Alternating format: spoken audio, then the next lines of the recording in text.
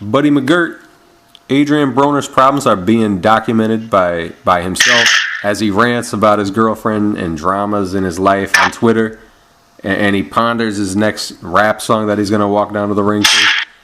What would you tell him if you trained him?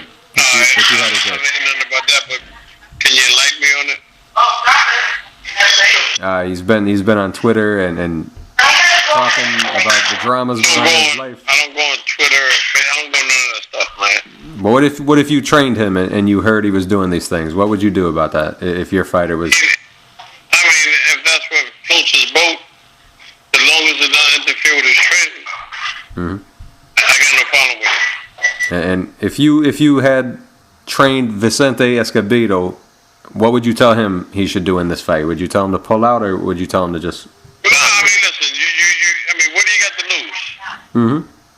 I agree. You got everything to gain, nothing to lose, so you got to go forward. I mean, it's unfortunate that Broner didn't make the weight for whatever reason. The bottom line is, you're fighting a champion. You don't turn that down. I mean, he came in 3.5 pounds over the limit. Do you see that as being unprofessional more than? No, you know what I think the problem is, man, today in boxing? What's that? I think these goddamn physical conditioning guys is hurting boxing more than anything. I hear that a lot. Heard that a lot, buddy. And what do you think that might happen with the networks and stuff? Do you think that they might come down hard on them or the promoter? I'm not going to blame networks or the promoters because their job is to make the fight, and the fighter's job is do what he has to do. And I think these conditioning guys today, they make these guys drink all these fucking protein shakes. All that shit does is add muscle. Yeah. Muscle's heavier than fat. You don't got to be hooked on phonics to figure that shit out. So what would you do to punish Broner if you were in charge? Anything at all, or? I wouldn't do anything to punish him. Because what happens is today a lot of these fighters have faith in their conditioning coaches. Yep. But if the fighters today were smart, they would go back and look back in the, say, 70s, 60s, 70s, 80s. When these conditioning guys wasn't around. Yeah. When have you ever heard a fighter coming in overweight? Not too much. Didn't happen as much as it does today. And guess what? Back in the 60s, 70s, and 80s, the weigh-in was the day of the fight. Yep. What do you think of that? You think they should go back to that? They should go back to that and back to 15-round fights. Actually, last time they tried to do that, Joey Gamache got injured by Arturo Gatti in a big-time fight. Well, I can't speak on that because I really don't know what happened in that. You know what I mean? So I can't speak on something I don't know nothing about. But I think they should go back to that and back to 15-round fights. Yeah. Everyone who fought him says the same thing. That's where the championship is decided. And exactly. How do you think what Broner would do? I'm sure he's gonna go to 135 next, maybe even bypass and go to 140.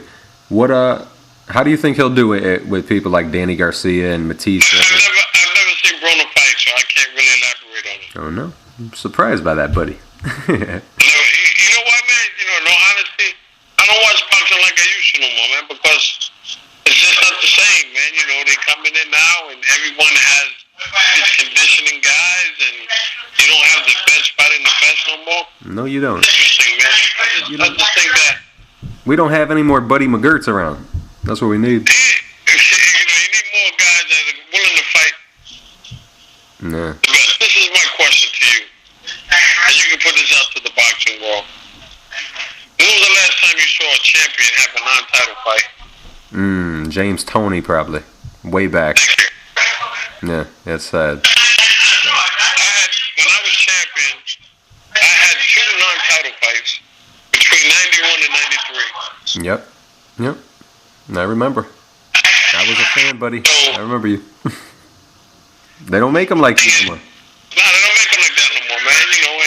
And when you look back in history, when you had the greats, the Alis, the Joe Louis, the Ray Robinsons of the world, these guys have no conditioning guys. These guys, Roberto Duran, they trained hard, they ate right.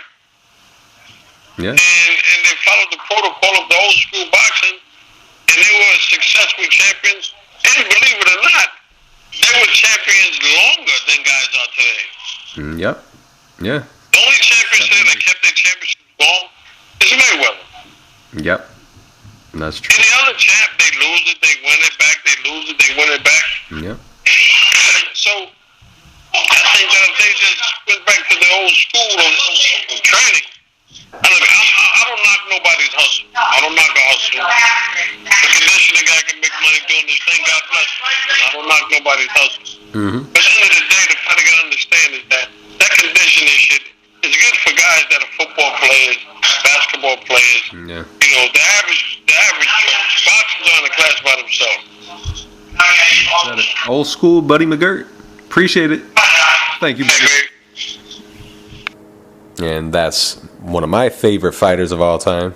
One of the great trainers in the game. One of the great minds in the game. Buddy McGirt, Sr. Need more Buddy McGirts. And as usual, I want to thank Buddy for joining me, giving his 2 cents. And follow me on Twitter at Chris2Guns. Thank you.